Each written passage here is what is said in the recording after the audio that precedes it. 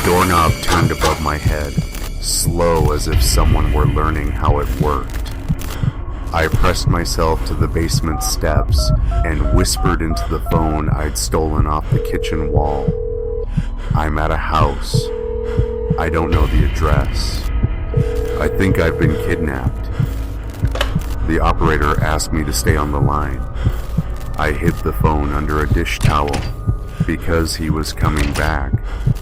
The lock snicked. His shoes paused on the landing. I counted each board as he shifted his weight. 1, 2, 3. Then his voice, calm and practiced. Come on, kid, your friend is waiting downstairs. I kept my breath tiny. The operator said, units are en route. And in that moment, I learned the shape of a prayer is sometimes numbers and street names you don't know yet. Rewind. It was the last day of 4th grade. The year before you're allowed to walk home. We waited at dismissal in alphabet lines while parents formed a river of keys and sunglasses.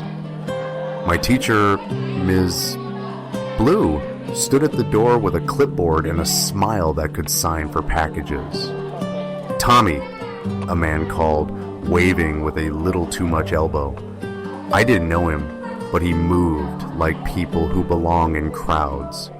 I'm Dennis's uncle, he said when he reached me.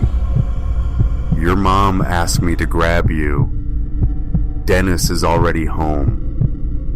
He pointed toward the parking lot like he had a car on a remote control. I looked at Ms. Blue. I'm with Dennis's uncle, I said, because kids are mirrors. We repeat the words adults hand us. The man lifted his chin at her, smile pre-assembled.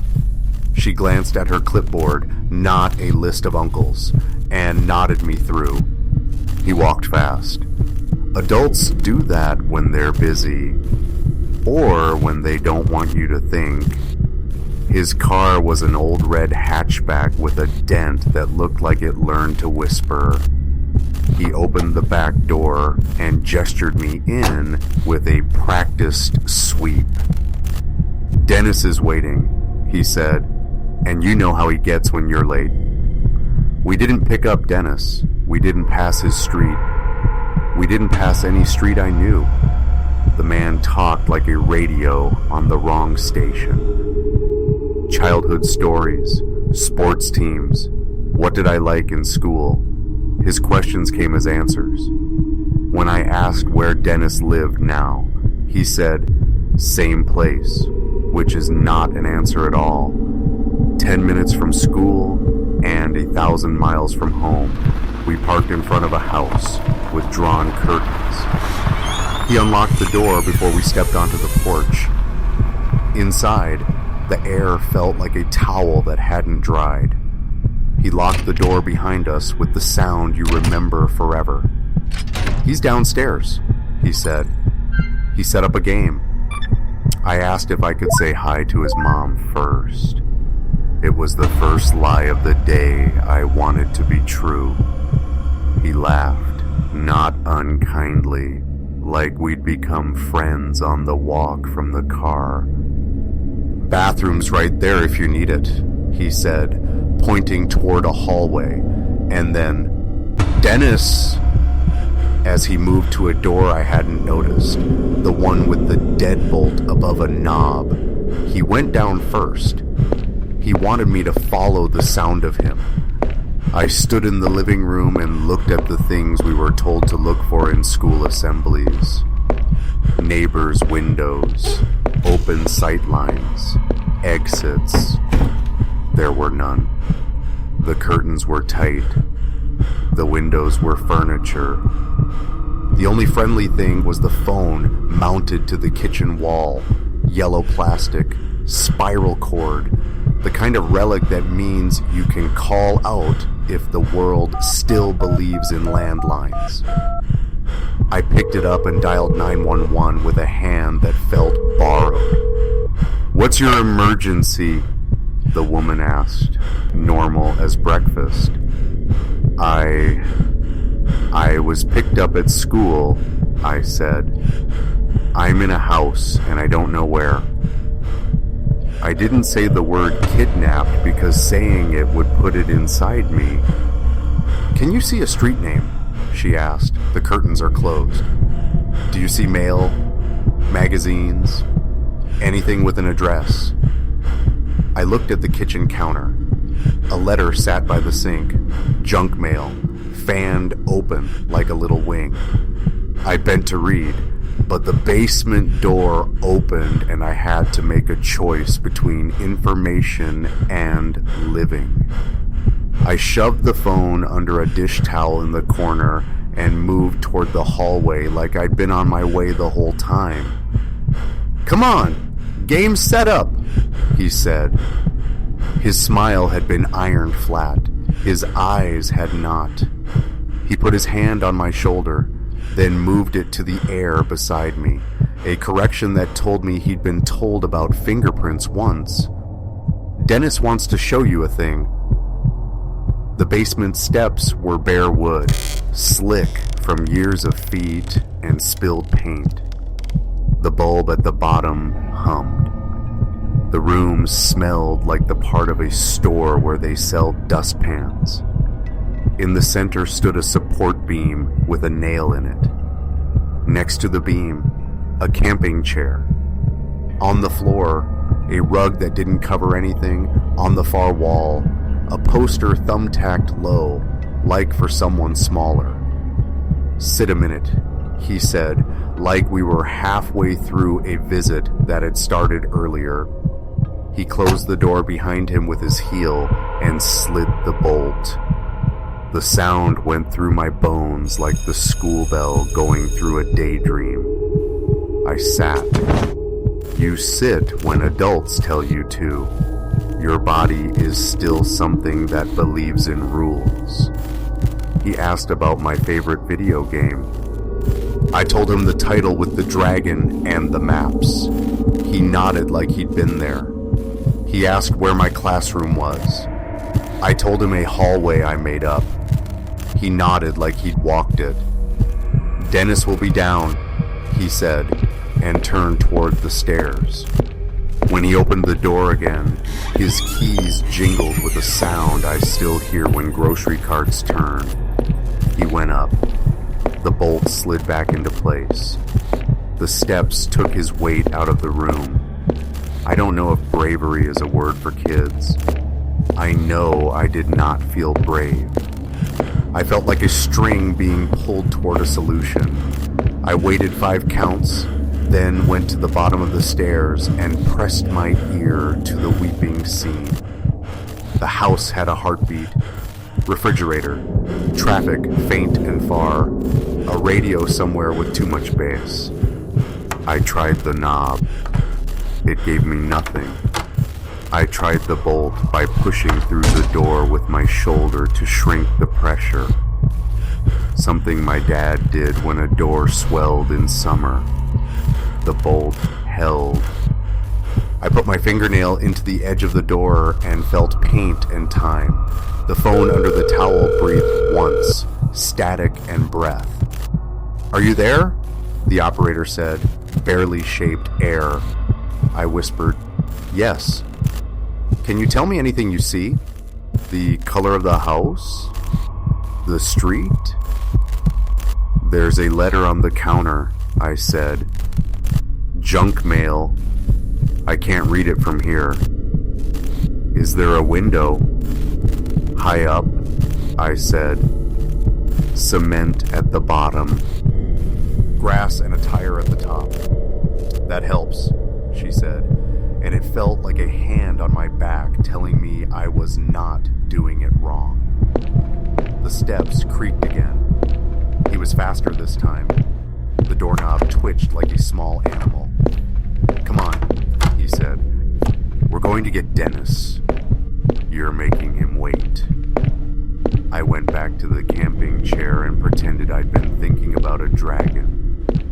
He opened the door and looked at me like I'd been caught doing something that wasn't my idea. "Ready?" he said, and put his hand near my shoulder, the way you do when you want to touch something without leaving evidence. "Can I use the bathroom?" I asked. He blinked. It was a small victory to make someone with a plan adjust the steps. "Quick," he said, and moved aside on the stairs like a person who doesn't want to be between you and a door. Upstairs, the house felt too close. I went down the hall. The bathroom was where he'd said, square tile, small mirror. I locked the door. I didn't need to. There was a window the size of a cereal box above the tub. Enough space for air and a story. I stood on the closed lid of the toilet and tried to see a street. All I saw was a fence, like a sentence without a period. He knocked once. Polite. "You good?" I flushed to make a sound that meant normal. I washed my hands to buy time. I opened the door with a face I hoped said obedient. And then I saw the phone, still tucked under the towel, and the little triangle of junk mail beside the sink where I had left it to be brave later. It was addressed to 127 Babson. I read it 3 times and stamped it into my brain like a math fact. I followed him back to the basement door and filed the number next to my name. We got halfway down the stairs when a noise arrived that didn't belong to the house. First a siren, far, then 2, closer, swapping harmonies. Then a loudspeaker voice. A string of words turned into a bar of music by the angle of the air. He stopped on the stair and looked at me as if I were a different object from the one he'd picked up. "It's fine," he said. He didn't smile this time. "Must be something down the block." The knock on the front door was not a knock. It was the way authority announces itself to wood. "Police," a voice said. The man's face peeled back and showed me the part that had decided this could go both ways.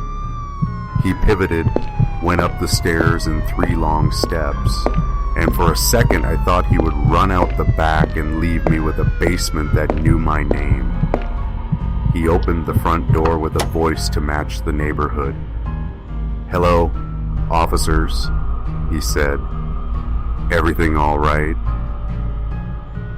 I learned then that people can have several voices the way houses have several rooms.